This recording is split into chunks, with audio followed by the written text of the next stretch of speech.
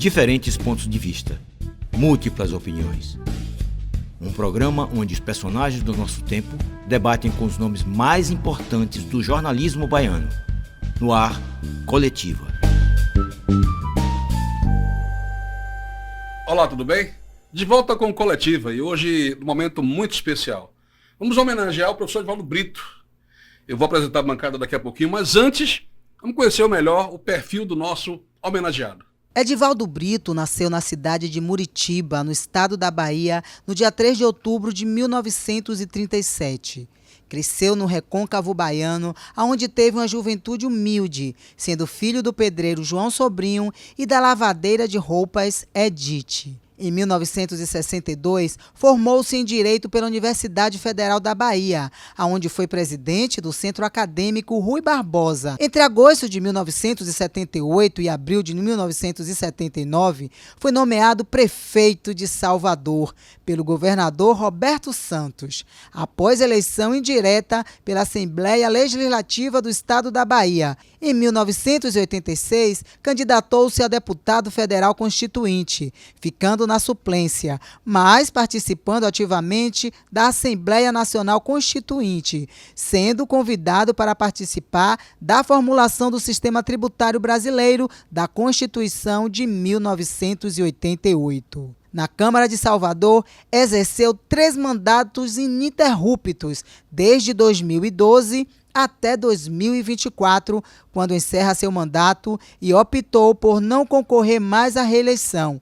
Presidiu as comissões mais importantes da Casa e hoje está à frente da Comissão de Legislação Participativa, que é, sem dúvida, a comissão mais próxima da população de nossa cidade. Hoje, o programa Coletiva tem a honra de entrevistar esse homem, mito, que, entre todas as suas experiências de vida, a que mais lhe marcou foram as orientações de Dona Edith, quando dizia: Edivaldo, estude, meu filho, e tenha calma, porque Roma não se fez em um dia. Hoje, essas frases viraram uma série de notas em uma rádio de Salvador, que já está quase no episódio 200. Agora que você já conhece o nosso entrevistado, a gente vai apresentar a bancada. Apresentar é só uma maneira burocrática de falar, porque todo mundo aqui você conhece muito bem. Do meu lado direito aqui é minha orelha direita, Cíntia Keller, ela que é a mamãe do Coletiva. Tudo bom, Cíntia? Tudo jóia, André. Muito obrigada pelo convite. E digo com orgulho, sou mãe mesmo do Coletiva. Mãe coruja, minha gente. Pois é, olha, o interessante desse programa é que todos aqui já participaram do Coletiva, exceto o professor que está sendo, né, tá debutando aqui com a gente e é homenageado. Lá do lado de Lelê está o mestre Clarino Silva. Tudo bom, Clarino? Tudo ótimo, graças a Deus.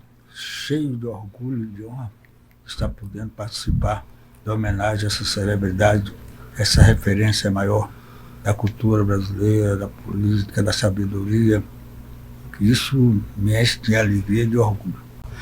Carlos Cavalcante Neto é diretor legislativo da Câmara, também já participou da bancada do nosso programa e não podia faltar, já que, além de colega de plenário de muito tempo, ele também é aluno do professor Edivaldo Brito.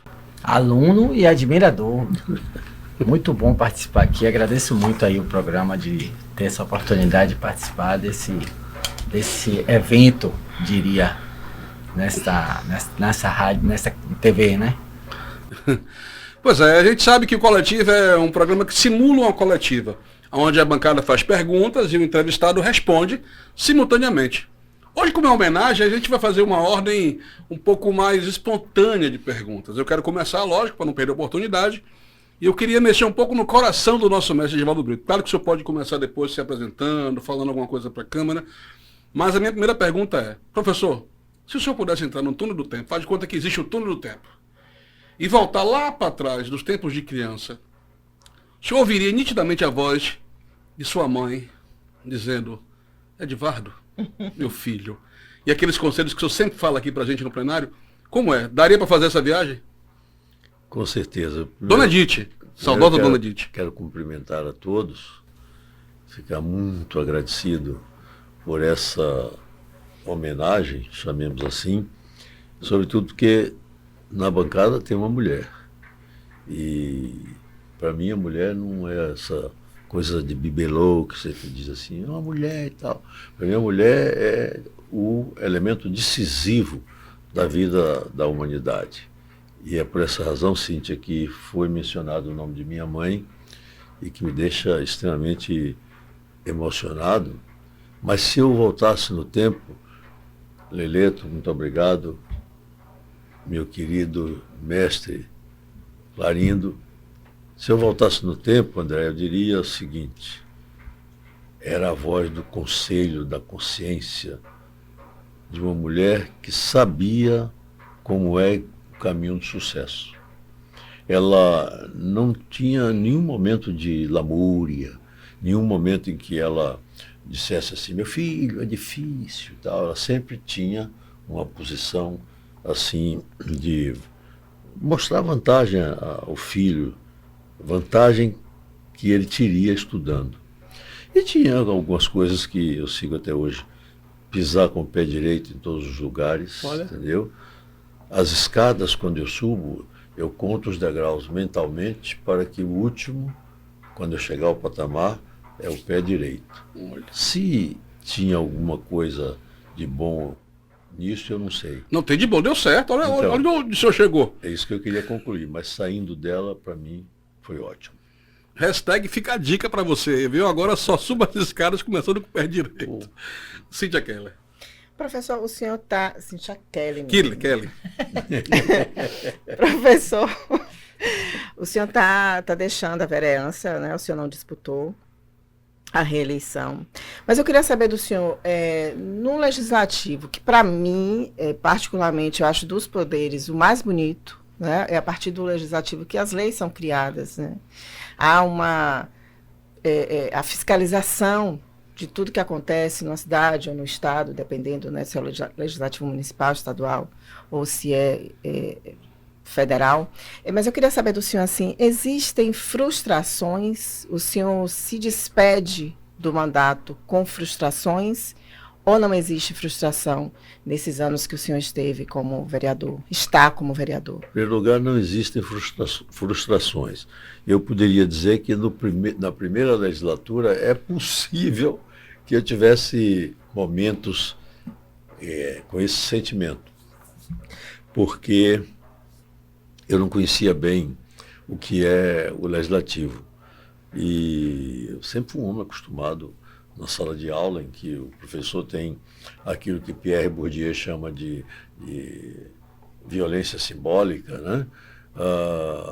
Sempre fui um homem de executivo, mas nunca tinha convivido com pares, assim, a ponto de saber que era apenas um igual aos outros, não primos inter pares. Aí foi o que aconteceu. Eu fui me acostumando, até que entendi o que é o parlamento. É uma casa de conciliação, uma casa de se conversar, e fiz isso muito. E por que fiz muito? Daí eu não queria ficar nem na bancada da oposição, nem na bancada da situação stricto sensu, propriamente dito. Fiz muito porque achava que o maior interesse era do povo.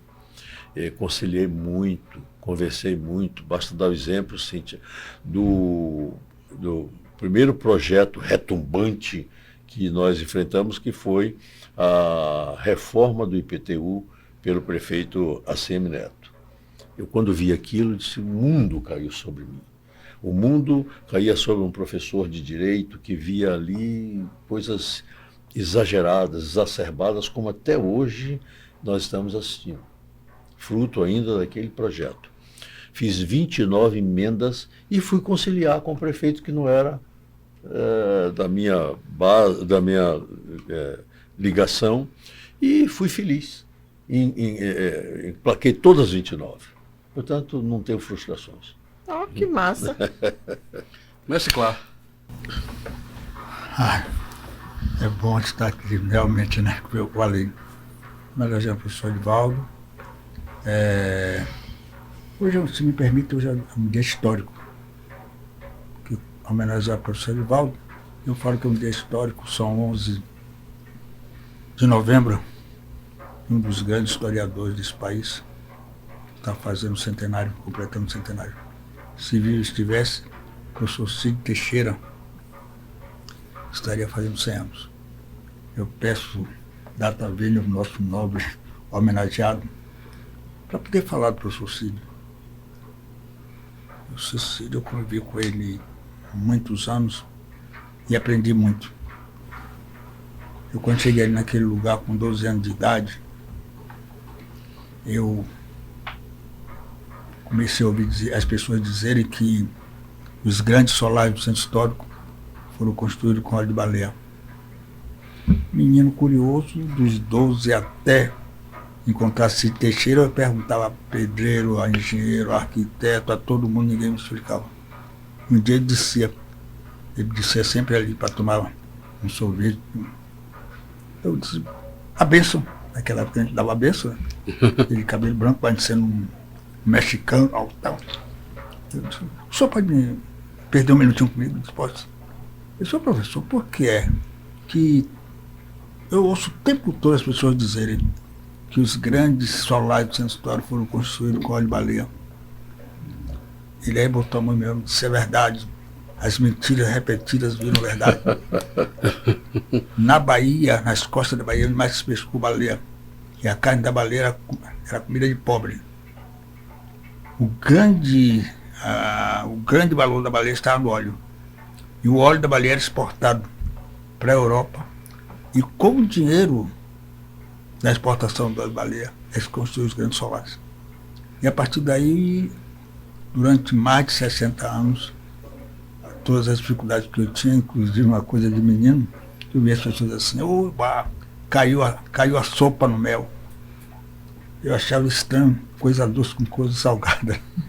Aí perguntei isso, mas meu filho, não é a sopa no mel, é açúcar no mel, açúcar cai no mel, fica mais doce. E grande parceiro, como o professor Edivaldo Brito, nessa luta da gente pela revitalização, pela preservação do centro histórico. Eu fico muito emocionado em poder estar nessa bancada, muito por conta da importância, da grandiosidade desse cidadão na história desse país, na história da humanidade.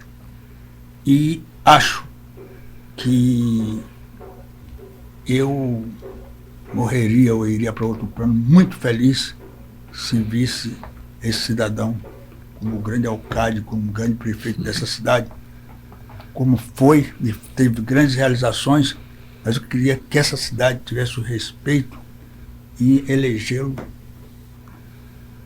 com o sufrágio dos votos. O que garantiria, o que deixaria claro e, faz diferença para papai, claro como azeite, se realmente houvesse uma votação consagradora. Mas, infelizmente, a gente sabe como é que o sistema funciona. Né? Mas, voltando um pouco a mim, me emociona que minha história se confunde um pouco com a do professor Edivaldo Brito.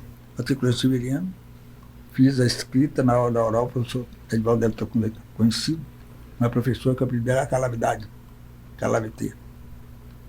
Calamité olhou para mim e perguntou, tá nervoso? Não estou. Tá. O que é que você faz na vida? Eu sou empregado doméstico. Aí ela, você quer ser o quê? Eu disse, quero ser advogado. Ela é advogado preto? Eu disse só. Mas resumindo, porque a história é muito longa e o tempo é raro. Eu tirei 8 na escrita e tirei 10 com calamidade, em termos de de cabeça erguida, e elas duas, até morrerem, teve que me engolir, porque eu, cada degrau que eu subia,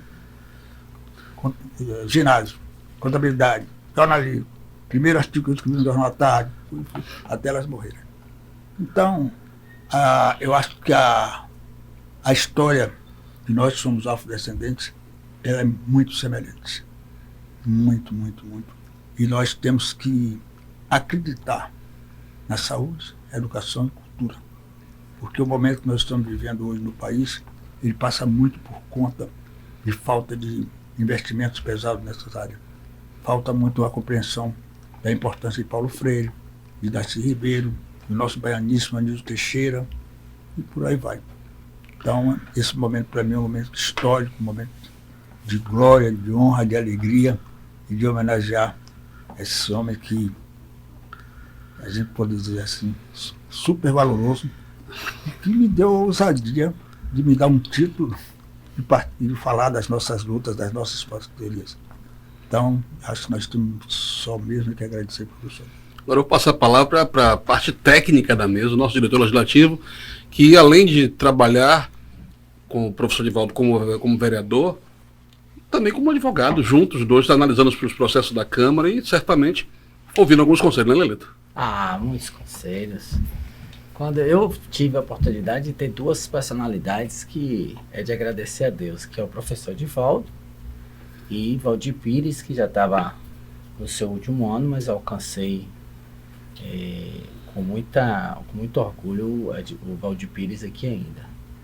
Aí logo que ele saiu, veio a falecer logo depois, mas o professor continuou nessa luta, mesmo com mais de 80 anos na época, não teve dúvida alguma de que tinha ainda muito a contribuir, como eu acho que tem, e que teria aos 87 anos. É um gênio que eu nunca tive vergonha de falar e tenho um orgulho de falar. Quando você vai ser aluno do professor, você vê a seriedade dele, ele dá uma folheada assim no trabalho, você pensa que ele não leu nada. Ele leu tudo e aponta, é impressionante a contribuição do professor para a Câmara de Vereadores. Eu acho que a Câmara perde muito em termos intelectuais, morais, jurídicos, de todas as formas. Eu acho que o professor reúne tudo que um homem almejou na vida, um homem negro vindo lá de Muritiba, que me contava que ao ponto de ele e o irmão terem que escolher uma sandália para usar. E teve um encontro de Deus, que foi um encontro com Orlando Gomes, que foi o seu mentor, que foi o seu professor e seu melhor amigo, que foi um dos baques mais difíceis da vida dele, foi a morte de Orlando, uma morte precoce. E que ele relata com riqueza de detalhes esse dia, que foi um marco difícil, mas que não tinha jeito, ele não superou, mas hoje ele revive a obra de Orlando Gomes de alguma forma. Ele recentemente reescreveu, eu participo da vida acadêmica do professor de forma intensa, não perco um simpósio, não perco um seminário, não perco nada. E aprendo todos os dias. Logo que eu entrei, ele à frente do regimento interno e da lei orgânica, fizemos uma revisão profunda que até hoje vigora, e que vamos contar com ele para a próxima revisão, não tenho dúvida disso. E a minha pergunta na verdade são duas perguntas. Primeiro, o professor tem uma história que eu acho que ele tem que contar, que ele quase atingiu, faltou pouco para ser ministro do STF. Isso. Né? Acho que o STF perdeu muito a época por conta da idade. Da idade. Mas que chegou perto. Isso para um negro, uma pessoa que veio lá de Muritiba, é um orgulho para a Bahia, que a gente sabe da dificuldade que é atingir o que ele atingiu. E a segunda pergunta para o professor é o seguinte: ele falou de uma questão aí que é a conciliação no Poder Legislativo, como Cíntia disse, que é o poder que ela mais admira, e eu muito mais, porque vivo o Poder Legislativo, vivo a técnica, vivo a política, e sou apaixonada pelo Poder Legislativo, porque eu acho que o Poder Legislativo é a via eleita mais efetiva para o cidadão ser representado, para os desejos dos cidadãos serem representados. Se não são representados, não é culpa da democracia, é culpa do próprio cidadão que escolhe livremente os seus representantes. Mas hoje ele falou em conciliação e negociação, e eu tenho certeza de que o parlamento e a negociação andam juntos, andam para e passo, não há um sem o outro. E eu gostaria de saber se hoje você vê ainda jovens entrando no poder. Eu acho que de fora do meio político, muitos influencers digitais sendo altamente votados de forma assim, fora da linha aleatória, né? Aleatória da política tradicional. Se ele acha que haveria a possibilidade de uma regulação eleitoral nesse sentido, E se ele acha que há a possibilidade de radicalismos desses de parlamentares acessarem o poder e ainda acha que vão militar sozinhos, de forma insular, isolada, se ele acha que isso pode ser um alcance do sucesso. Eu acho o seguinte, Cíntia me perguntou se eu tinha frustrações. Eu respondi que não. Agora integro as duas manifestações, a do Clarindo e a do Leleto. A do Clarindo eu integro dizendo que se eu não tivesse integrado na sociedade, no sofrimento das pessoas, também nas alegrias, eu não saberia me conduzir numa casa plural. Então, isso é um assunto importante. E a colocação de Leleto, a segunda colocação, é que a sala de aula me permite estar atualizadíssimo. E eu hoje imagino que se eu não tivesse professor, aos 87 anos não deixo a sala de aula, no dia de hoje desse programa, eu daqui a pouco estarei na sala de aula, entro sempre às 18 horas, saio às 23. E é um curso puxado, porque é um curso de doutorado, um curso de mestrado, que exige mais do professor. E depois uma outra universidade me convidou, a Universidade Católica, e eu estou lecionando também na Universidade Católica.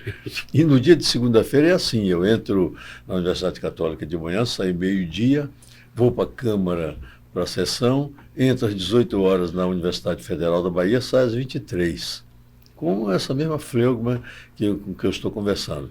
Mas respondendo bem diretamente a pergunta dele, porque tenho esse contato com a juventude, eu estou permanentemente atualizado, Cíntia, André, Clarindo, e eu não encontro diferença.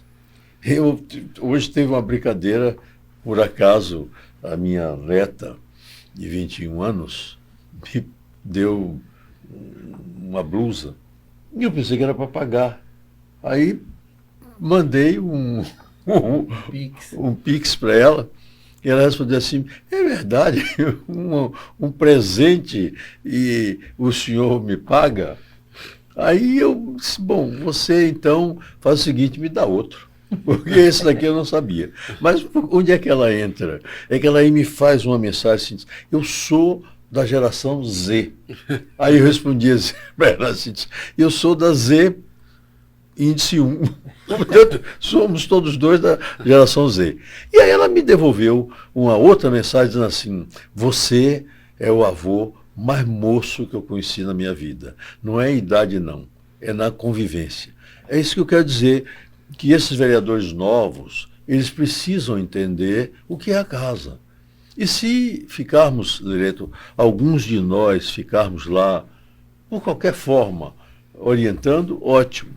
E eu encerro a resposta à sua pergunta com um caso que, lá para trás, um ex-deputado federal, que até todo mundo ficou historicamente conhecendo, que é João Alves, ele me contou quando a gente levava 5 horas, daqui até Brasília, no avião. E aí ia por Minas Gerais, todo lugar ele parava e dava para conversar bem. E aí me conta ele o seguinte, se o Rui Bacelar, que foi eleito depois senador da República, na primeira legislatura, ele chegava, queria resolver tudo na Câmara. Aí eu contei a ele esse episódio do Galo Novo e do Galo Velho. Eu tinha um dono de um terreiro, tinha um galo que já não dava conta das galinhas todas que tinha no terreiro. Então ele comprou um galo novo e disse, você vai tomar conta do terreiro, vai aí resolver essas coisas, o galo velho pode ficar aí e tal. Ele chegou e disse, não quero o galo velho aqui. Aí a primeira coisa que ele fez foi dizer, você vai sair. O galo velho olhou e disse, você vai me dar uma chancezinha, deixa eu ficar aqui. As galinhas todas são suas, mas uma ou duas podem ser minha. Ele disse, não. você vai então disputar o terreiro comigo. E aí combinou uma corrida. E deu 5 metros para o galo velho, o galo novo. Perdão, para o galo velho. E quando ele disse assim, agora que o galo velho saiu na frente, ele saiu atrás, o dono do terreiro olhou e disse, que galo descarado, eu botei esse galo aqui para ele ficar atrás das galinhas, ele foi atrás do galo velho, pá, matou o galo novo. Então essa é a história que eu aprendi, e é essa história que a gente deve dizer, esses galos novos, que são os novos vereadores, em idade e em experiência política. Professor, eu queria aproveitar o momento. A gente sempre ouve aqui na casa, isso é comum, né? É chover no molhado quase, praticamente dizer isso, que o senhor foi eleito como mestre desde o seu primeiro mandato aqui, o tempo todo. O senhor é sempre procurado por todos os gabinetes. Não mexe com a vaidade de nenhum advogado, de nenhum setor jurídico, de nenhum gabinete. Quando consultam o senhor, ninguém se sente chateado por isso, porque o senhor realmente é. Mas a gente sabe que a vaidade trai todo ser humano. Todo mundo é traído pela vaidade, tem que ter cuidado com ela. O senhor, em algum momento, já foi traído pela vaidade, já foi tomado pela vaidade, porque não é normal, né? Não é comum. Né? O senador Otto Alencar diz que a pior coisa do mundo é o sujeito que é tostão e quer ser milhão. Mas no seu caso, o senhor é milhão. O senhor, às vezes, precisa ser tostão numa casa como a Câmara de Salvador. Como é que o senhor lida com essa questão? Muito bem, por isso que eu disse que foi bom nessa bancada ter uma mulher, porque simboliza a sabedoria que me foi passada por uma mulher, que é minha mãe, e acho que todas as mulheres são sábias, nenhuma deixa de ser. Você pega a esposa que tem, a namorada que tem, etc., ela é uma conselheira permanente. Quem tiver juízo, pergunta sempre a ela. E isso ela sempre me ensinou, que ela tem um ditado, eu estou fazendo um programa, eu estou fazendo um comentário para uma rádio, já estou no 191 comentários com 191 ditados. E ela diz assim, Edivardo, meu filho, tu nunca se perde por carta de mais, meu filho, sempre por carta de menos. E eu não sabia o que era aquilo. Um dia que alguém me ensinou que tem um jogo chamado... Buraco. Não, pôquer. Pôquer. Que você blefa as cartas. Eu digo, um dia ela aprendeu esse negócio de carta de mais, carta de menos. Então, eu sempre quis perder por cartas de menos, nunca por cartas de mais. Por achar sempre. E já aos 87 anos piorou ainda essa percepção. Achar sempre que um dia que você não sabe qual, a morte vem. E é preciso que você, cada dos dias que antecedem à morte, cada um deles, você tenha cuidado. E em cada um deles você sempre seja humilde, sempre seja homem de afago. Eu acabo de sair de uma visita ao Tribunal de Justiça. De desembargadores o rapaz que deixa você passar ali naquela catraca, foi uma festa. O da catraca, então, faz uma festa que diz assim, ele vai passar sem passar pelo raio-x, porque não sei o que, eu me sinto humildemente reconhecido por essa humildade também. Eu sou isso. Eu acho que um dia eu volto para a planície. E toda vez que eu fui alguma coisa, fui prefeito dessa cidade, fui vice-prefeito dessa cidade, fui secretário de Estado 4 vezes em 4 governos diferentes, fui secretário em São Paulo, não sei quantos baianos foram, fui 4 anos, nunca esqueci que eu vou voltar para a planície, trato todo mundo bem. Tenho aqui nessa bancada pessoas que certamente testemunharão disso. Cintia, para mim, é uma das grandes comunicadoras desta cidade e desse estado. Desde que eu comecei a perceber, ela nas entrevistas, nas perguntas, e olha cada pergunta, meu amigo, que você treme nas bases, que eu comecei a ver que eu estava convivendo com uma pessoa que podia me ajudar a entender a sociedade como é. Leleto, meu companheiro de Câmara, foi meu aluno na pós-graduação, no mestrado, também é uma pessoa que o meu trato com ele é permanentemente cordial. Pego o telefone, ele me atende imediatamente, Leleto, isso assim, assim, ele me orienta, diz assim, está aqui, tá lá, e clarindo a convivência. Nós juntos tivemos a oportunidade de recuperar o centro histórico. Estava numa situação terrível. Nós levamos muitos meses fazendo reuniões no centro histórico, entendeu? Miriam Fraga, que sempre foi uma mulher dedicada a esses empreendimentos, nos cedeu o prédio da Fundação Jorge Amado, onde nós nos reuníamos. Eu era vice-prefeito, tive a missão de tentar recuperar ali.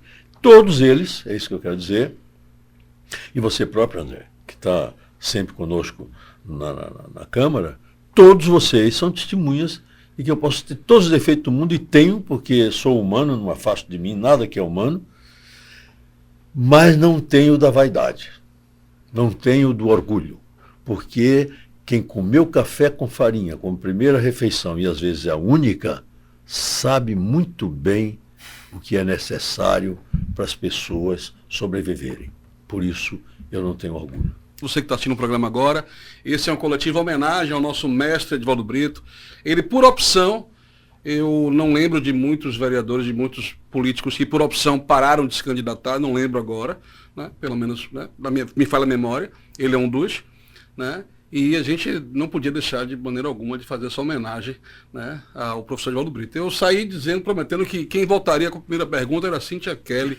Eu não vou deixar de fazer isso não, viu? Depois eu pergunto. Fique à vontade, Cíntia. Ah, tá. Professor, eu queria saber, assim, no senhor, a gente conhece a sua história, né? Você veio de uma família humilde, você fala sempre da sua mãe, e você chegou, como o André falou, onde chegou, né? No topo. E na sua época, lá atrás, não existiam as cotas.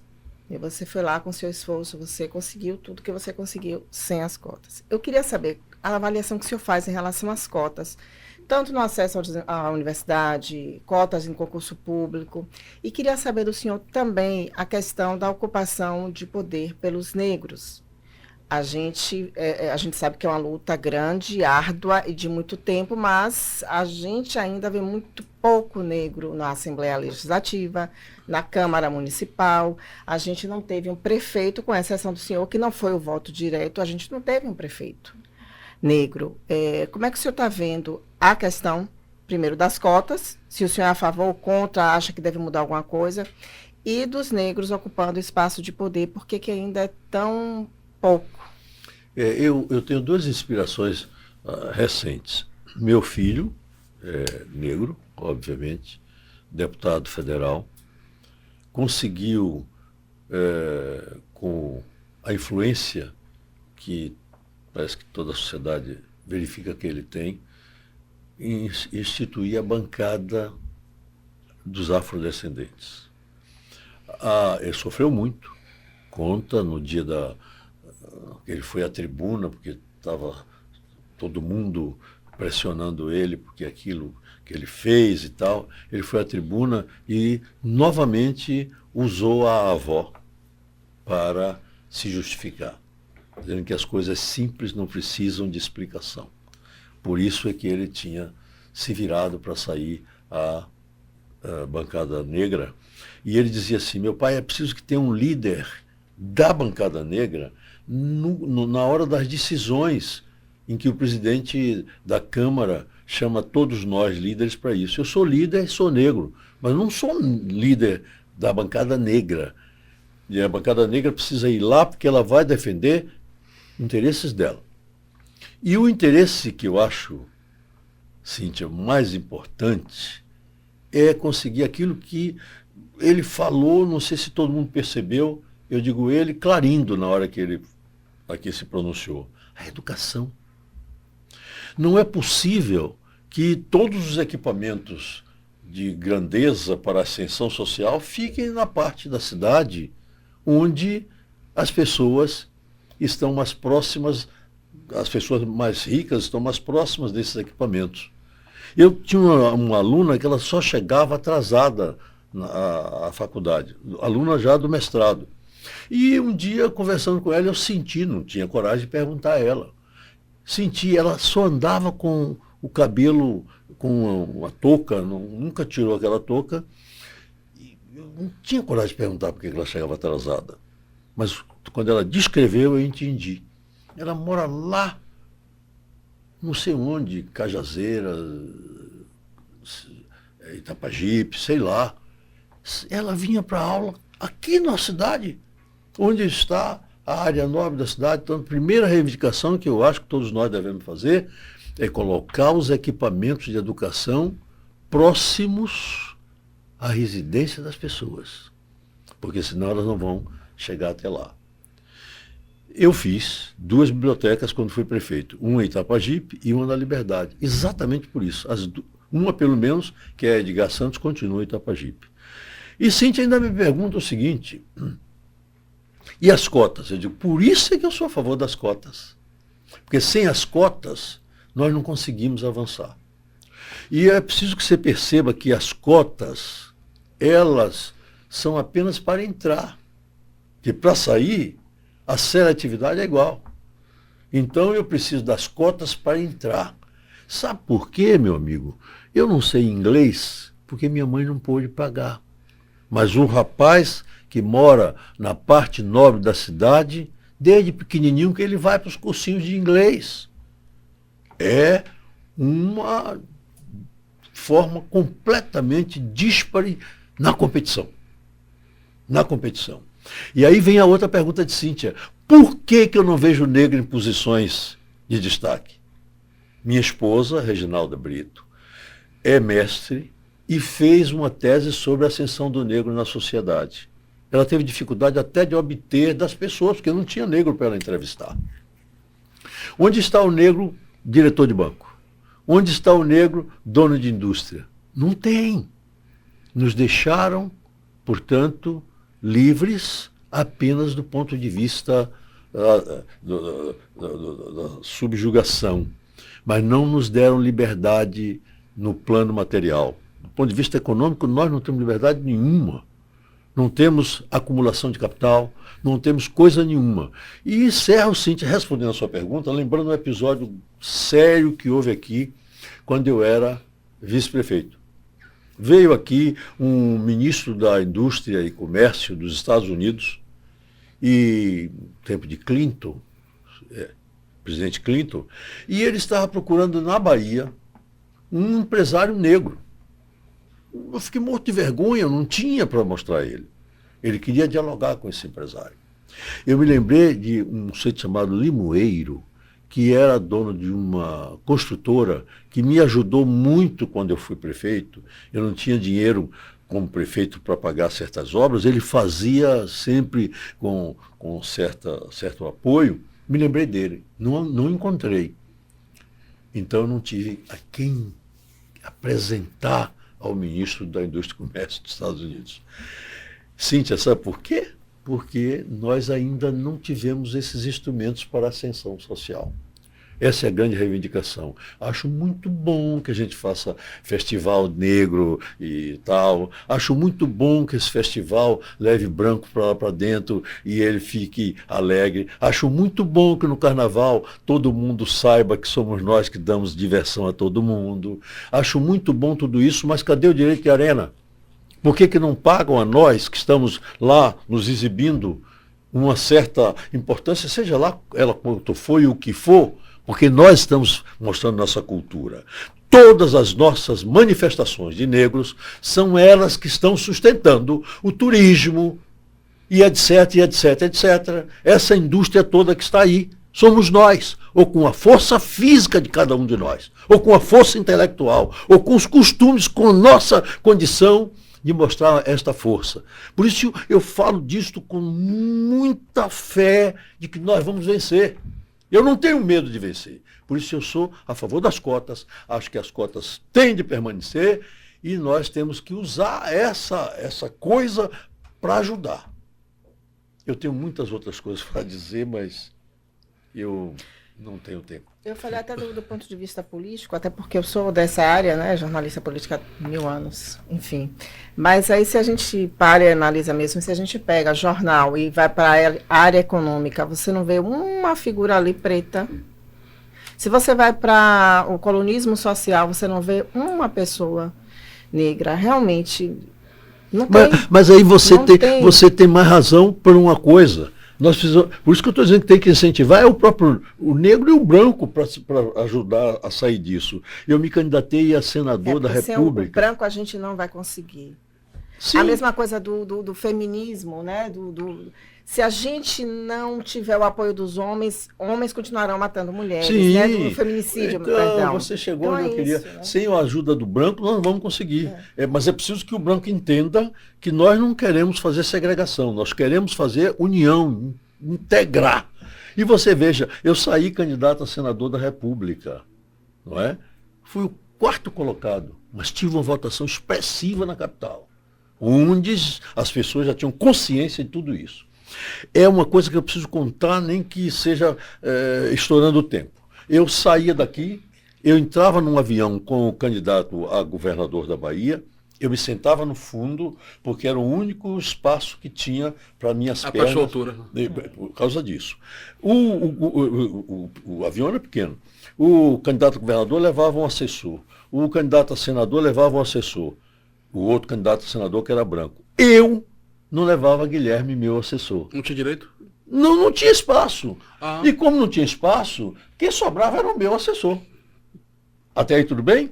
Então, um dia eu estou em Ilhéus, lá aparecia o Papa, meu filho, que era candidato pela primeira vez a deputado federal. Ele disse que quando viu o pai, a única coisa bonita que tinha era que eu fazia assim com as mãos e todo mundo dizia assim, Papa Negro e tal. Mas quando eu saí daquela boleia de caminhão, que cheguei com uma capanga enorme aqui, cheia de santinho de propaganda, disse, meu pai, não é possível que o senhor, o candidato a senador, tenha que submeter a isso. Então, eu não tinha recurso, eu não tinha nada, e não tinha credibilidade no interior da Bahia. Assim.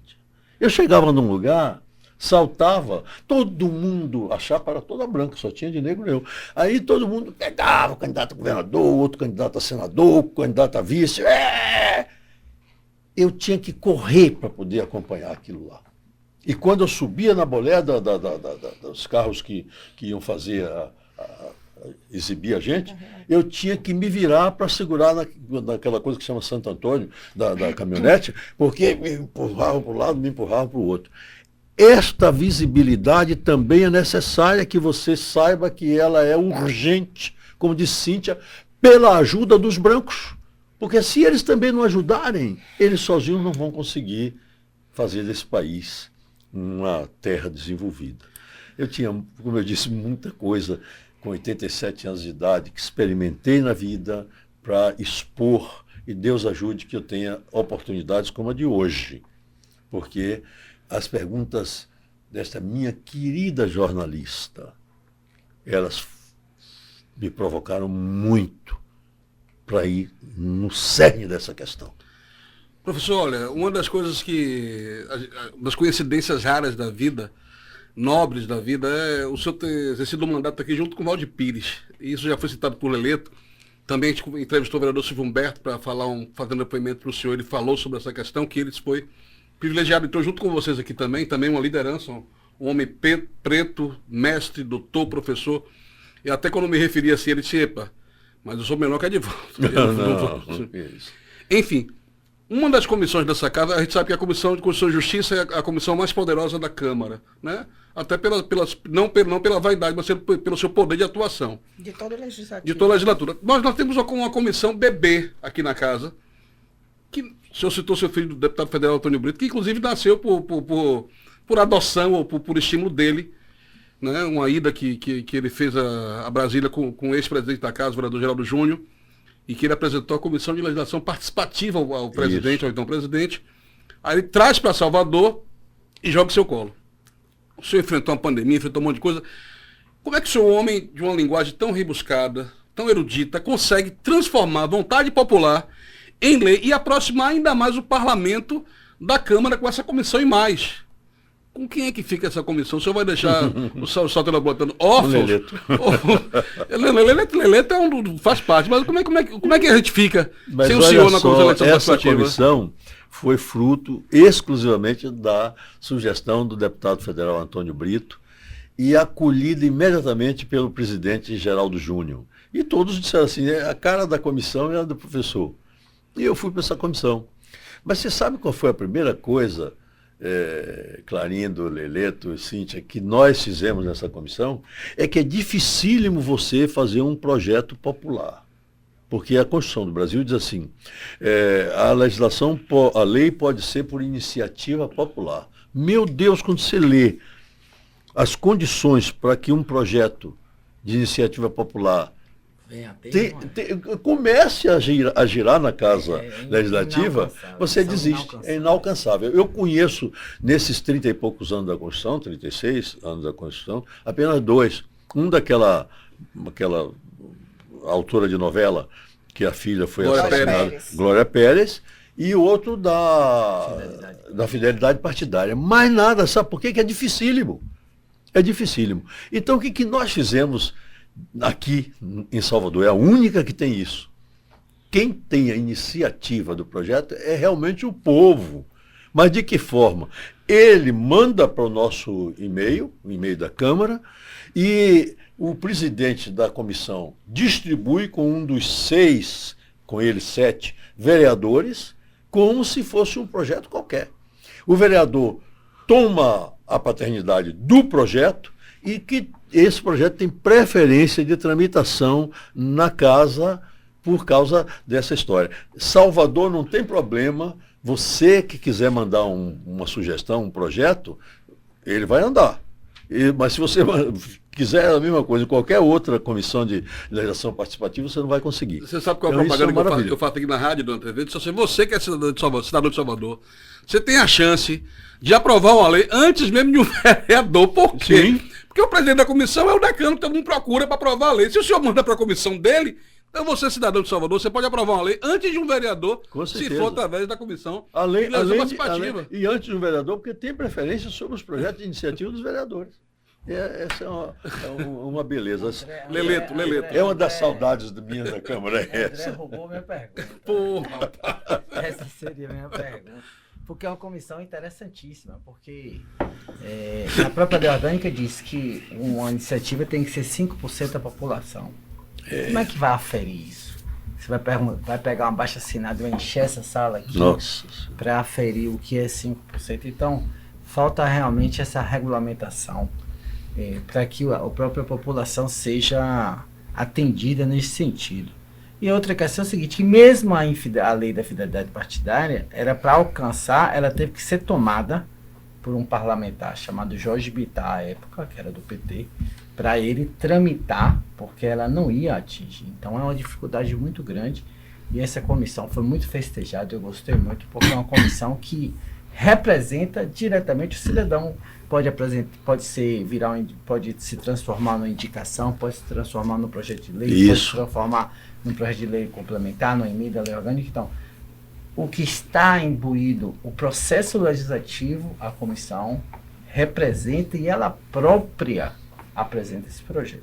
Exatamente. E a outra questão que agora é a minha pergunta, que eu sempre bato, é que a Constituição Federal, ela foi perdulária com a União, ela foi perdulária com o município no sentido das competências, e ela foi usurária com o Estado, porque ficou apenas na legislação chamada legislação suplementar, que é onde a União e o município não legislam, o Estado legisla.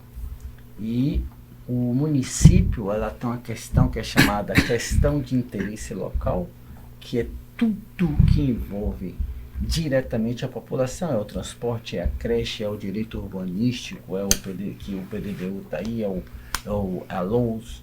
Então o município mexe muito mais com a população diretamente. E eu vejo que a população ainda não é mal informada, mas não quer ter acesso à Câmara de Vereadores, que não sabe o potencial que eles têm para mudar a própria vida deles com esse acesso. E vou contar aqui esta pergunta, um paralelo que foi um grupo de alunos que veio para eu faço aquela palestra, né, sobre o poder legislativo e tal. Até interromper, mas positivamente, Leleto, você que está em casa, que é estudante de colégio ou de faculdade, faz direito ou outro curso, Leleto está aqui, ó. Se você vier à Câmara com sua turma Quem vai te receber é o próprio diretor legislativo, vai te levar no museu, vai te mostrar as fotos, vai te contar a história da Câmara e vai contar também como é que você acessa no plenário a palestra dada. Me permita, viu, Lelito? Então, isso, eu faço sempre essas perguntas, chamadas perguntas pegadinha, né? Aí eu perguntei assim para um grupo de alunos do 7º semestre de Direito. Quantos poderes tem o município? Todos responderam 3. Legislativo, Executivo e Judiciário. E Executivo. Aí eu falei assim, não repitam isso. Não tem poder judiciário no município. Então, isso, na verdade, é uma tradução do desconhecimento, do potencial que a população poderia ter se conhecesse melhor o legislativo. Porque, como sempre a gente aprendeu, aquele que não é político, que detesta a política, é representado pelo político e vai acontecer. Então, eu gostaria de saber do professor que muito utilizou esse potencial legislativo, foi o primeiro a me indicar que o vereador, sim, tinha capacidade legislativa em matéria tributária, que poucos diziam que não. Se esse meu desabafo corresponde à verdade, que poderia ser melhor aproveitado. Essa coisa de nós estávamos usando um veículo de grande penetração como esse, essa coisa é muito importante. A má consciência sobre o que é a Câmara Municipal. Eu sempre digo assim, bota um projeto seu para fazer um quarto de dormir e faça como você tem na sua cabeça e entregue para os órgãos do município decidirem a licença. Faça isso, que você vai ver o que vai acontecer. Você me olha assim, porque ele vai dizer que a porta do seu quarto que abriu para não sei para onde não pode e tal, essa coisa toda, ele vai na sua intimidade. Porque talvez um dos legislativos mais importantes que nós temos é o legislativo municipal. Ele fica mais próximo dos seus interesses. Portanto, essa colocação de Leleto, ela passa a lhe estimular a pensar no legislativo municipal. O estudante de direito que disse que ia ter poderes, coitadinho, ele não estava percebendo o que é que acontece conosco, mas quem faz as leis que tem muito mais acesso a você é o vereador. E aí você pergunta assim, que vereador você votou? Às vezes de uma eleição, Cíntia, para outra, mas às vezes na própria eleição, assim, alguns dias depois... Não lembra, né? E é o mandato mais difícil de se obter, porque numa família de 5, em regra, tem 5 candidatos, cada um da família tem um candidato. Isso é interessantíssimo, portanto é uma eleição dificílima. E é mais fácil também se você, como candidato, souber pedir o voto, porque a pessoa diz assim, eu não tinha em quem votar, vou votar em fulano. Então, daqui dessa conversa nossa, não se esqueça de fiscalizar seu vereador. Quer ver uma outra coisa? A doutora Cíntia me perguntou se eu tinha frustração ao deixar a Câmara. Não tenho. Eu tenho, ao contrário, necessidade de esclarecer o que é a Câmara. Você imagine, o eleitor dá 80%, por hipótese, 80% dos votos a um candidato ao executivo. Ele, por causa da influência seu prestígio, ele arrebanha um grande número de vereadores e faz a maioria tranquila dele. Naturalmente. E o vereador que está na maioria não faz mal nenhum em acompanhar seu prefeito. Resultado, é o rolo compressor. Falou-se aqui do vereador Silvio Humberto, um dos grandes nomes do Legislativo Municipal. Sofremos muitas vezes. Olha só, Clarindo, Leleto e Cíntia. Sofremos para passar o Estatuto da Igualdade Racial. Na cidade do Salvador, nós sofremos para passar esse estatuto. Homenagens novamente ao presidente Geraldo Júnior. Foi decisivo para poder esse estatuto passar. Meu Deus, por que isso?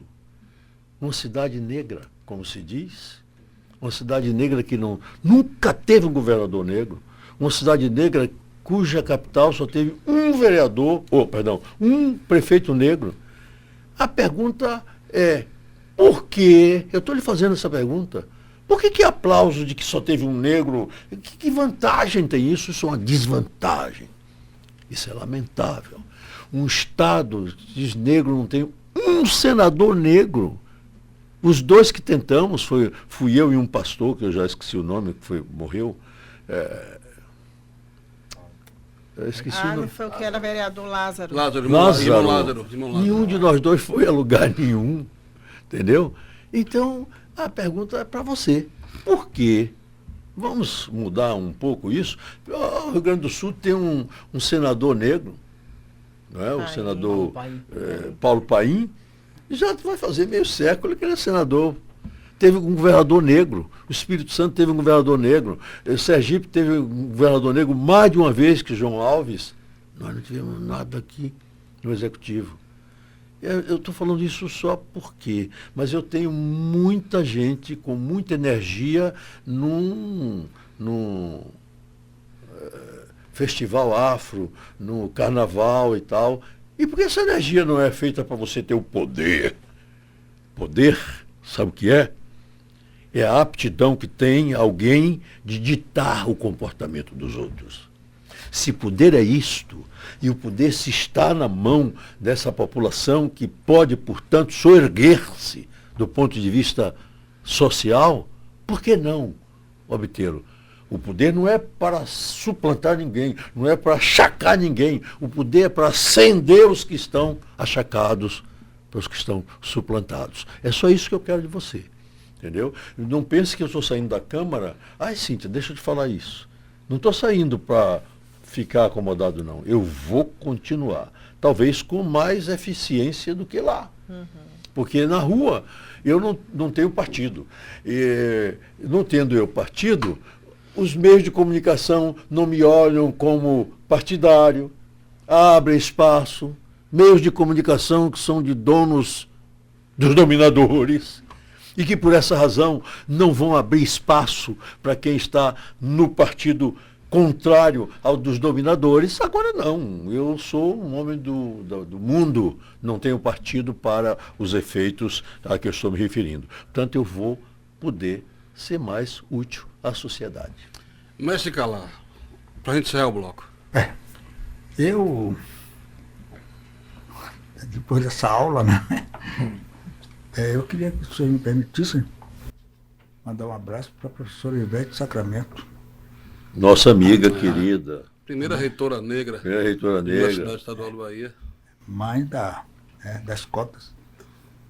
Mas, professor Edivaldo, eu cada vez que lhe ouço, cada vez que estou próximo, eu cresço mais. Acho que quem está aí em frente à televisão está tendo essa sensação, esse sentimento. E nosso filho está concorrendo à presidência da Câmara Federal. Eu tenho falado para meus pais e as pessoas mais próximas, acho que a história está, se não elegê-lo, está perdendo uma grande oportunidade de reparação. É como o senhor e as pessoas falam, a Câmara Federal nunca teve um negro presidente. Mas quando a gente fala assim, às vezes diz, você é racista. Eu sou racista porque eu sou da raça humana. Né? Eu, no mês de novembro, era muito procurado para fazer palestras. E de uns 5 ou 6 anos para cá, eu tomei uma decisão de não fazer palestras sobre essa questão, porque toda vez que eu encerrava, eu dizia, eu não quero esse negócio de falar em dia do índio, dia do preto, dia do branco. Meu grande sonho é que nós possamos falar todos o dia da raça humana, que é o que somos. E aí eu fico imaginando Antônio Brito, filho do doutor Edivaldo Brito, neto de uma lavadeira, E que a Lei Áurea, segundo falam, isso na realidade é o decreto presidencial mais curto, e não assinaram nossas carteiras. Desde quando a gente começa a falar com esse tom, ele está se lamentando. Que exemplo esse homem com 87 anos, trabalhando 18, 20 horas por dia. E eu sou seu macaco de auditório. Às vezes, as pessoas dizem, Clarino, você é aqui na linha de frente, e muita gente ainda pergunta, você trabalha aqui? Que eu vou, estou limpando mesmo, que estou recebendo as pessoas na portaria, que é um diferencial, essa é a realidade. E não tenho nenhum problema em trabalhar 18, 20 horas por dia. Primeiro, porque eu estou me exercitando. Vejo o jovem, chega a trabalhar 8 horas, senta, levanta, se encosta daqui, se encosta dali. Eu, mesmo com a recomendação médica que eu tenho aquele problema de saúde, e o médico acha que eu não devo ficar mais de 8 horas em pé, eu me esqueço disso. Eu faço. Então, professor Edivaldo, dentro dessa política, nesse momento, de tudo está sendo articulado lá na Câmara Federal, qual a chance de Brito? Eu não sei, porque é uma questão política, depende muito do jogo de poder. Eu só sei que ele merecia. Merecia pelo que ele tem trabalhado pela saúde no país. Muitas vezes as Santas Casas de Misericórdia estão para fechar. Ele vai e pede misericórdia aos donos do poder para atender. Isso é uma obra extraordinária. E eu não sei porque ele talvez não queira perder isto que tem sido a função dele como parlamentar. E ele, se esticar muita corda, ele perde um campo de atuação em que ele não encontra adversário e consegue o que é necessário para a saúde pública. Eu gostaria muito, e falo com muita emoção, não porque é meu filho, mas porque isso tudo que nós estamos conversando nessa bancada é hora de ceder espaço para o poder do negro, antes que seja tarde. Antes que seja tarde. Porque podem observar, todos nós que estamos nessa bancada e os que estão nas câmeras são testemunhas, podem observar, a partir de certas posições que os negros estão tomando, estão ocupando sim alguns espaços. Com a rapidez necessária para a redenção, também não, mas com a prudência que é a mãe da vitória. Se nós tivermos prudência, vamos chegar até lá. Portanto, eu não sei o que será do meu filho. Eu gostaria muito que ele fosse presidente da Câmara dos Deputados. Terceiro posto importante do país. Não por minha causa, não por causa dele. Mas agora, já que estamos encerrando, por causa da avó dele. A avó amava este meu filho de paixão. A avó foi a mãe dele por muito tempo, sem que isso significasse que a mãe de sangue não tivesse dado o mesmo amor, carinho e força. Mas é porque a avó tinha capacidade de envolvê-lo. E num momento difícil, minha mãe, ele invocou a senhora. No momento difícil, todos os momentos mais difíceis, ele fala sempre das suas lições.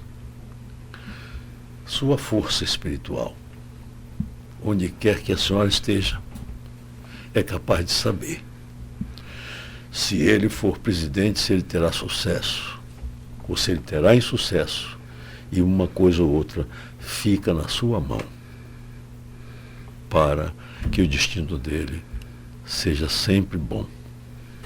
Amém. Professor, antes que a gente encerre, depois a gente volta para o terceiro bloco, só para o senhor assistir a homenagem que a gente fez na Câmara com o senhor. Eu ouvi uma história, né, da sua vida. Isso já faz muitos anos, então eu peço desculpa se eu errar algum detalhe dela, né? Mas que me marcou. A Bíblia diz que a vingança pertence a Deus. Tem um ditado italiano que fala que a vingança é um prato que se come frio, mas a Bíblia diz que a vingança pertence a Deus. Não pertence a gente, porque a gente não sabe a dose certa da vingança, a gente pode passar do limite.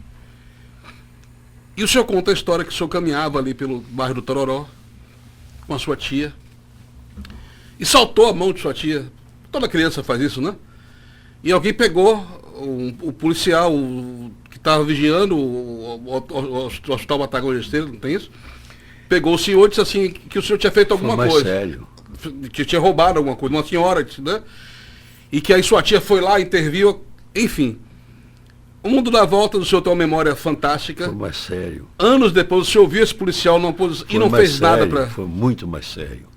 A minha mãe levou anos, foi minha mãe, anos para conseguir fazer uma cirurgia de catarata.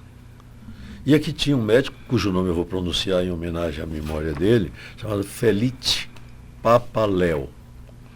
E ele se encantou com minha mãe, ele era médico no Hospital das Clínicas, e fez a cirurgia de minha mãe.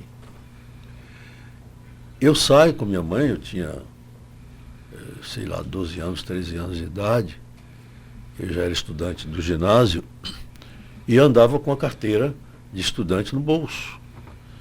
Aí nós saímos do Hospital das Clínicas até a Piedade, o bonde parava ali. Nós saltamos do bonde ali, olha só, ela acabou saindo de uma cirurgia para andarmos a pé da Piedade ao Amparo do Tororó, onde morávamos.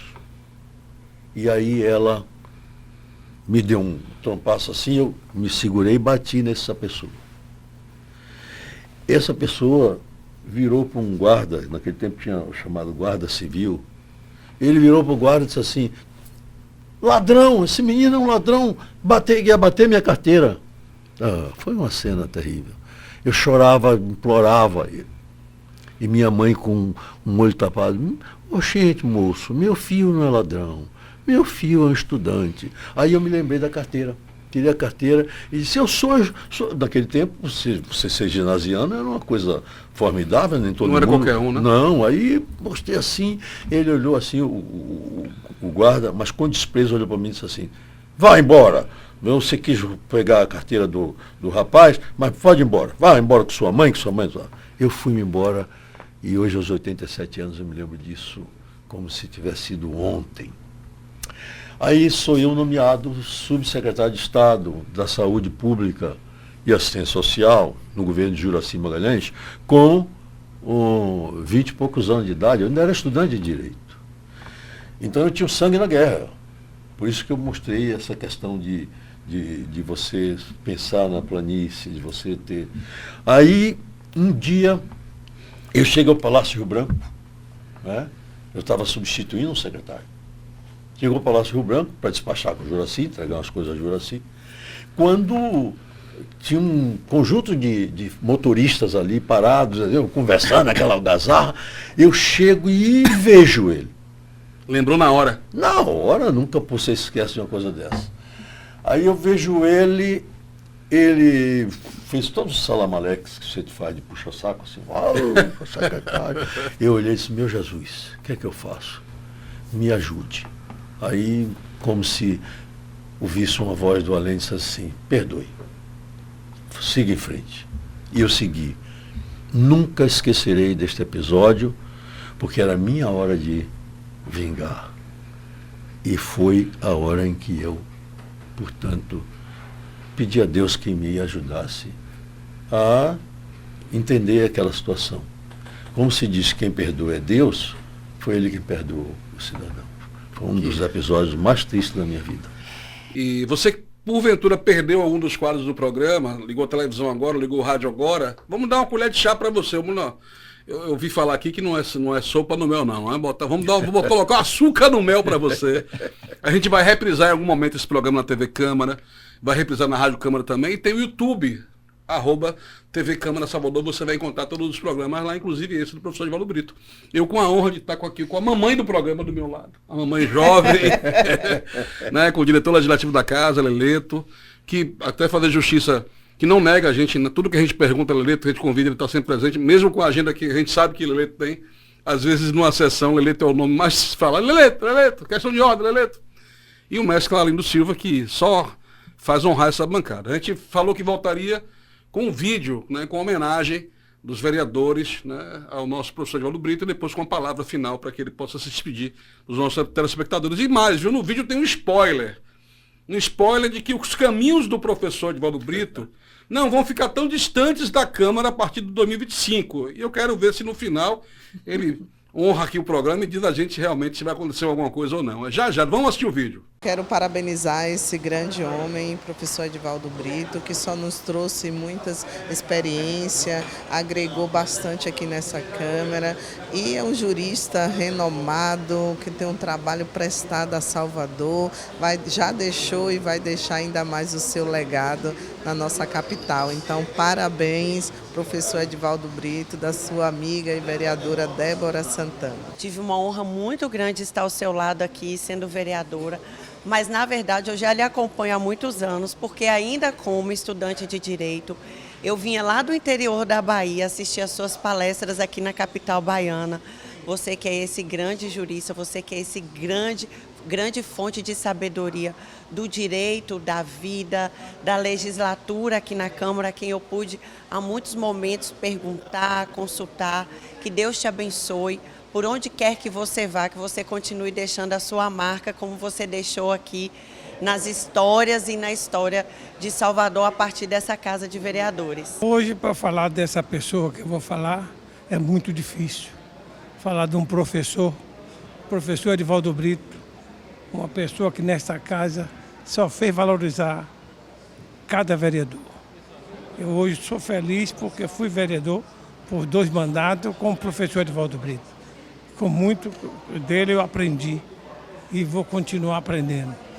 Vou sair agora, mas vou depois procurar Edivaldo para continuar conversando e batendo papo. É uma alegria a gente trabalhar com o Edivaldo. Um abraço, Edivaldo. Sucesso para você. Falar do professor Edivaldo Brito, do mestre Edivaldo Brito, do vereador, do vice-prefeito, do prefeito Edivaldo Brito, para mim é um motivo de felicidade, uma honra muito grande de poder estar aqui 2 anos na Câmara Municipal, ter convivido com ele, ter me alimentado da experiência, da sabedoria desse grande homem público, além de advogado, além de vereador, como advogado também. Então isso é um exemplo de garra, de determinação, de homem público, né? Então, para mim, é muito orgulho parabenizar o nosso grande companheiro Edivaldo Brito, dizer que é uma honra muito grande estar aqui. Até dia 31 de dezembro, né, convivendo com você, dialogando, debatendo, ouvindo um pouquinho das suas experiências e tentando buscar também algo para que eu possa, durante a minha caminhada, tentar também fazer algo muito perto do que o Edivaldo já contribuiu para essa casa, contribuiu para Salvador, para toda a Bahia. Então, felicidade na sua nova missão.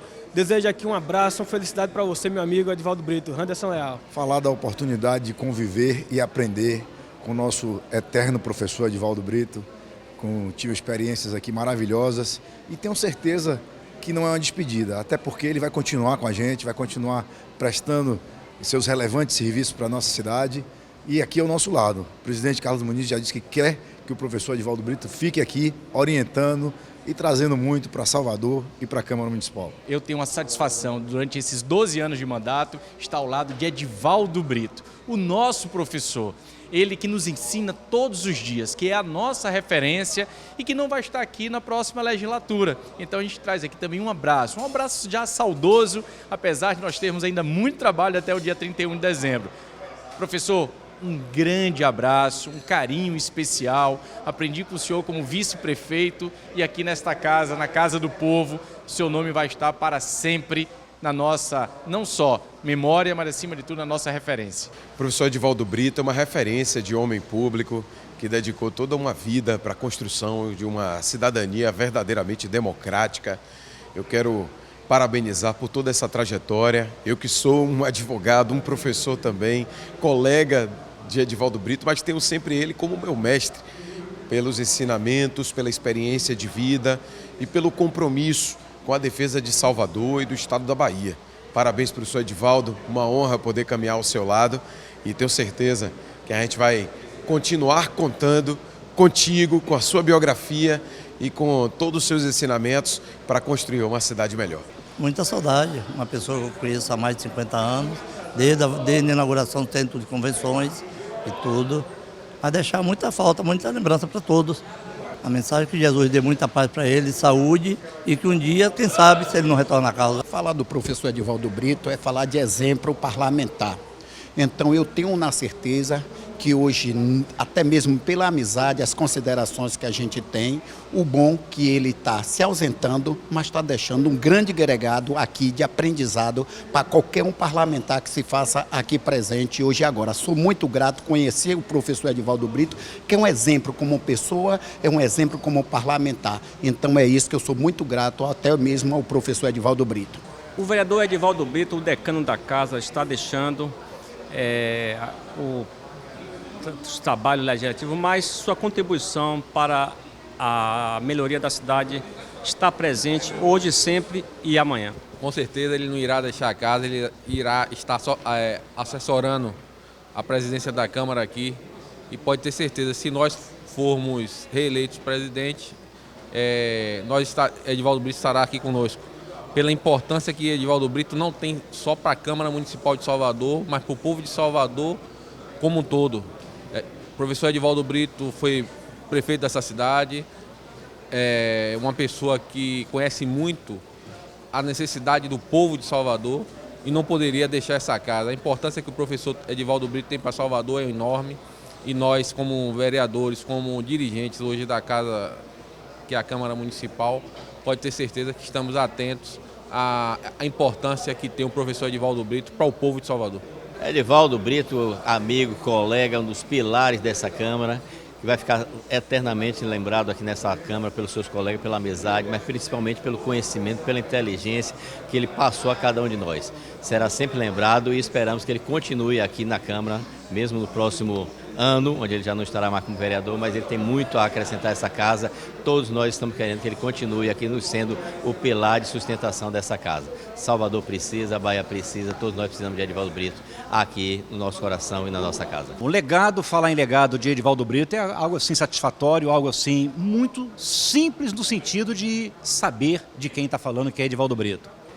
Além de uma figura baiana, de uma figura que tem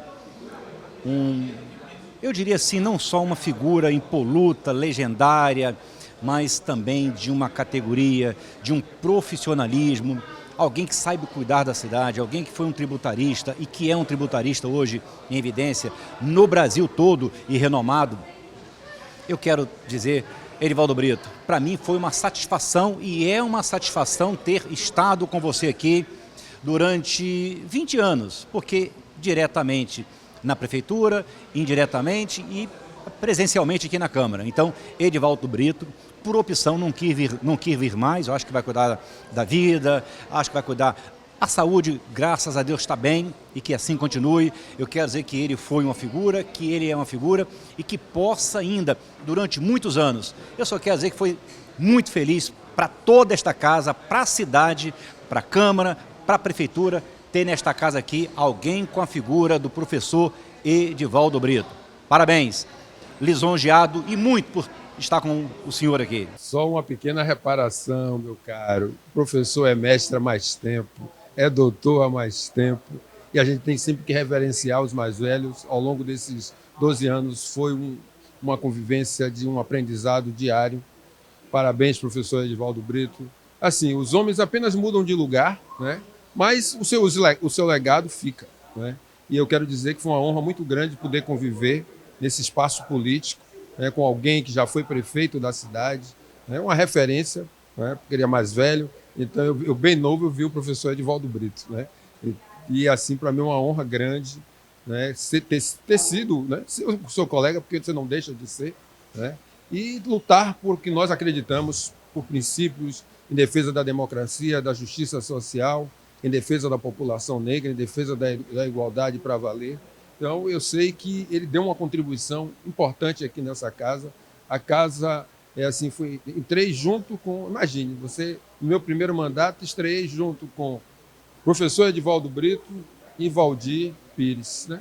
Então foram aqueles primeiros 4 anos, as tardes aqui eram como se estivesse em sala de aula também, né?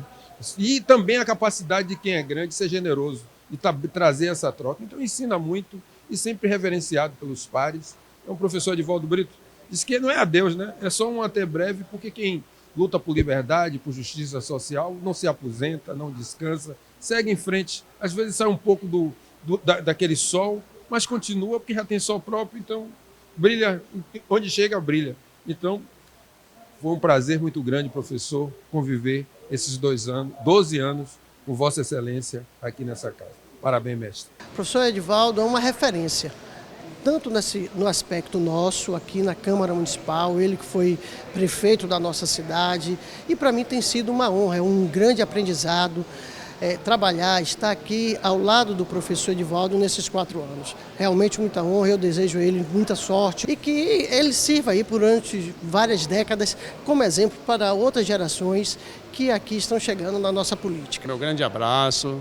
Dizer que vamos ficar com saudade, que estar com ele aqui nessa legislatura foi de grande importância, de um grande aprendizado desse grande líder, desse mestre, né, professor, legislador, de uma grande experiência que nos ensinou muito aqui e que nos deixou um grande aprendizado. Então, parabéns, vida longa e sucesso com muitas alegrias, professor. Falar de professor Edivaldo Brito, entendeu? Tem que ter muito gabarito. Sei que encontrei ele aqui na Câmara. Já conhecia ele de fora daqui, da religiosidade dele. Ele é um filho de Ogum e um homem muito inteligente, professor da universidade, um homem que entende de todo esse processo financeiro como ninguém. Vai fazer muita falta à casa, com certeza, mas a gente deseja a ele grandes e abertos caminhos pela vida. Grande abraço, professor. Eu fico muito emocionado devido à grande carreira e à grande postura que temos o nosso professor, né? Como ele mesmo cita, filho de lavadeira, chegou onde chegou, um dos melhores juristas do Brasil, se não o maior e melhor, é um dos. E a convivência com ele aqui, minha irmã, como se fosse um tratamento de pai para filho, tratando todos os servidores, do pequeno ao presidente da casa, com todo o carinho, com toda a estima que sempre teve, esse grande jurista que temos aí. Professor Edivaldo Brito, parabéns, vai deixar saudade conosco aqui e nosso coração está sempre com o senhor. Precisando, estamos à sua disposição. O meu professor Edivaldo Brito, é um orgulho muito grande ter feito parte dessa história linda, dessa história de combate, um vereador combativo, um vereador que nos ensinou com a sua capacidade de análise dos projetos. Eu me orgulho muito de ter sido seu colega, vereador Joseval Rodrigues, te admira muito e com certeza eu vou escrever no meu livrinho da minha vida esse momento, o orgulho de ter sido seu colega como vereador. É um legado de muito diálogo, de defesa das teses que acredita. Isso para a gente é uma inspiração, especialmente quem está entrando no seu 2º mandato, né, começando de certa forma essa caminhada na política eleitoral, na política, no parlamento. Para a gente é sempre uma inspiração. Eu tive a oportunidade de passar esse mandato aqui com ele, acompanhando as atividades, então fará falta, deixará saudade. Acompanhei o professor na fase da prefeitura, mas antes disso ele já andava lá no Jornal à Tarde, que era muito amigo de Jorge Calmon, o doutor Jorge, e aí a gente já se conhecia. Aqui só fez reforçar a amizade. Só tenho coisas boas para falar do professor. Falar do meu querido professor Edivaldo Brito, com toda essa sua trajetória de compromisso, grande jurista, mas que também é um grande ogã, e que eu chamo também carinhosamente de pai, pela a sua capacidade. Então essa casa aqui nós vamos perder muito com a ausência deste grande mestre, desse grande professor, porque eu sempre consultava, estava aqui nos nossos votos, nas comissões, era quem eu chegava ali e dizia, vamos aqui ver, e ele também, quando eu dava um voto separado, ele disse, eu li seu voto, está muito bom. Então essa casa nós vamos perder com a qualidade, porque o que o professor Edivaldo Brito aqui nesta casa vinha fazendo era qualificar ainda mais esta casa. Tem bons vereadoras e bons vereadores, mas a ausência dele, ele não quis concorrer, nós respeitamos também a sua contribuição e tudo mais, mas nós vamos sentir falta. Então, meu mestre, meu professor, vereador, meu pai, eu lhe mando esse beijo carinhoso e dizer que eu estou aqui No que o senhor precisar, é só o senhor me convoca. Me convoca que eu vou estar aqui para a gente continuar firme num debate da cidade e que cidade nós queremos para a geração de agora e para as próximas gerações. Um beijo. Pois é, professor, eu queria agradecer ao senhor, agradecer a Cíntia, Leleto, ao Clarino Silva, e que o senhor comentasse um pouco dessa homenagem. Nós pegamos, claro, sem querer fazer juízo, dos vereadores aos servidores da casa, e eu vi que os seus olhos brilharam quando o senhor viu piaba, quando viu barata, né? Também homenageando o senhor, mas que o senhor, se o senhor quiser dar o spoiler para a cidade, se vai continuar servindo a Câmara ou não, tudo bem, sabe mas... o que é que os olhos brilharam? Porque você olha o colega, o vereador, ótimo, mas os rapazes que servem lá, que servem café, são meus amigos. A gente conviveu, assim, fraternalmente. E é por isso que eu estava falando, né? Para mim, essa coisa que me enche a alma. E, portanto, eu agradeço a todos, aos vereadores que se pronunciaram, aos servidores também que se dedicaram muito para nós. A Câmara teve momentos difíceis porque tinha um regimento complicadíssimo, que às vezes nós ficávamos lá madrugada dentro para votar um projeto mínimo, né? Porque o regimento era terrível. E uma das coisas que me parece assim, mais interessantes que fizemos lá foi esse regimento, a reforma do regimento. O presidente Paulo Câmara se dedicou a isso, já tinha uma boneca pronta lá, feita por uma comissão que foi presidida pelo vereador Geraldo Júnior, e nós levamos a ferro e fogo essa tarefa.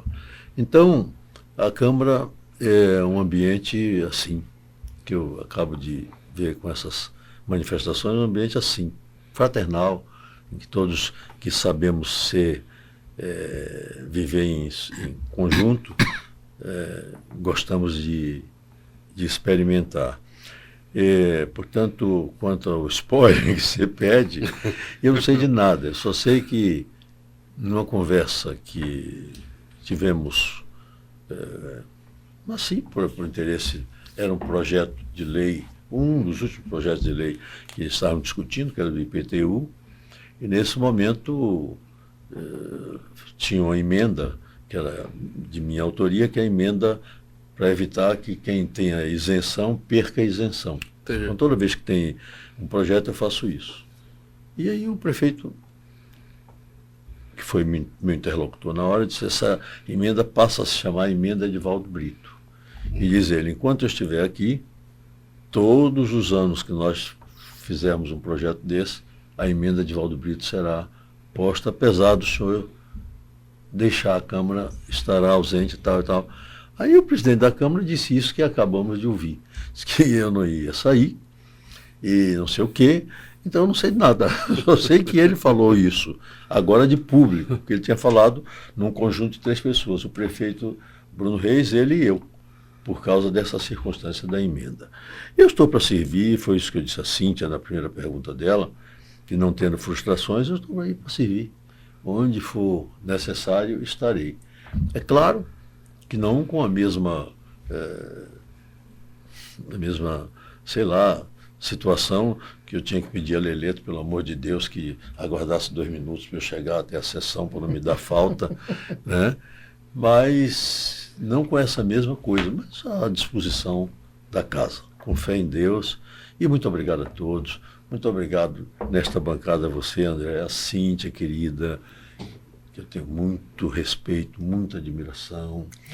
A Leleto, que é um filho, como foi todo esse tempo lá, com o respeito que ele sempre me teve, exageradamente, que não precisava tanto, mas o diretor da casa, né? Mas ele foi assim. E Clarino, que é um companheiro velho, de grandes lutas, não é? Me lembro que falamos de Ivete Sacramento. Uma das nossas grandes tarefas foi numa mesa na cantina da Lua, entendeu? Num almoço, para nós elaborarmos propostas e etc., para a ascensão social que sempre estamos pretendendo. Então, obrigado a vocês 4, e eu estou muito satisfeito. Como me peço um minuto só para agradecer aos meus companheiros todos Fique à vontade. de trabalho, meu gabinete inteiro, que sempre foi formado por pessoas dedicadas, né? Meu assessor Guilherme Santos, que é sempre um braço direito, Henrique, que administrou o gabinete em si, e todos os assessores, por exemplo, na pessoa de Rafael da Mata, que tem sempre sido um elemento de ligação. Então, todos esses 3 que eu estou mencionando e todos os outros que serviram comigo se sintam totalmente agradecidos. Muito obrigado. Obrigado. Você que está aí assistindo o programa, agradeço você que assistiu até agora. Eu queria finalizar, além de agradecer, elucidando, ou melhor, elocubrando, dando ênfase a um conselho do nosso vereador Edivaldo Brito, nosso doutor, nosso mestre. Ao contrário do que a gente pensou aqui, que tem pessoas que nem lembram em quem votaram, mesmo tendo uma eleição tão recente. Então, conselho do professor Edivaldo, lembre do vereador que você elegeu. São 43 vereadores que começarão em 2025. 1º de janeiro tem sessão, né? É feriado para outro. Para a Câmara não é feriado, vai ter sessão aqui. E daí continua, dia 2 tem eleição da mesa diretora. Enfim, acompanhe, assista a TV Câmara, ouça a Rádio Câmara, venha para as sessões, sessão ordinária, sessões especiais, audiências públicas, tudo aqui é aberto para você participar, para você falar. Inclusive, toda segunda-feira, Leleto, né? Tribuna Popular, venha para a Câmara. Como falou o professor Edivaldo Brito, em relação a você fiscalizar e conhecer, e Leleto em relação a que se você não gostar de política, você vai ser governado por aqueles que gostam, né? E não perca, claro, não deixe de dar audiência à TV e à Rádio Câmara. @ TV Rádio Câmara no YouTube, Facebook, Instagram, nós estamos em todas as redes sociais. E a TV Câmara e a Rádio Câmara, com certeza, sempre fazendo o melhor para você, porque nós temos consciência que é o seu dinheiro que paga as nossas contas. Muito obrigado a todo mundo, fique com Deus e até mais.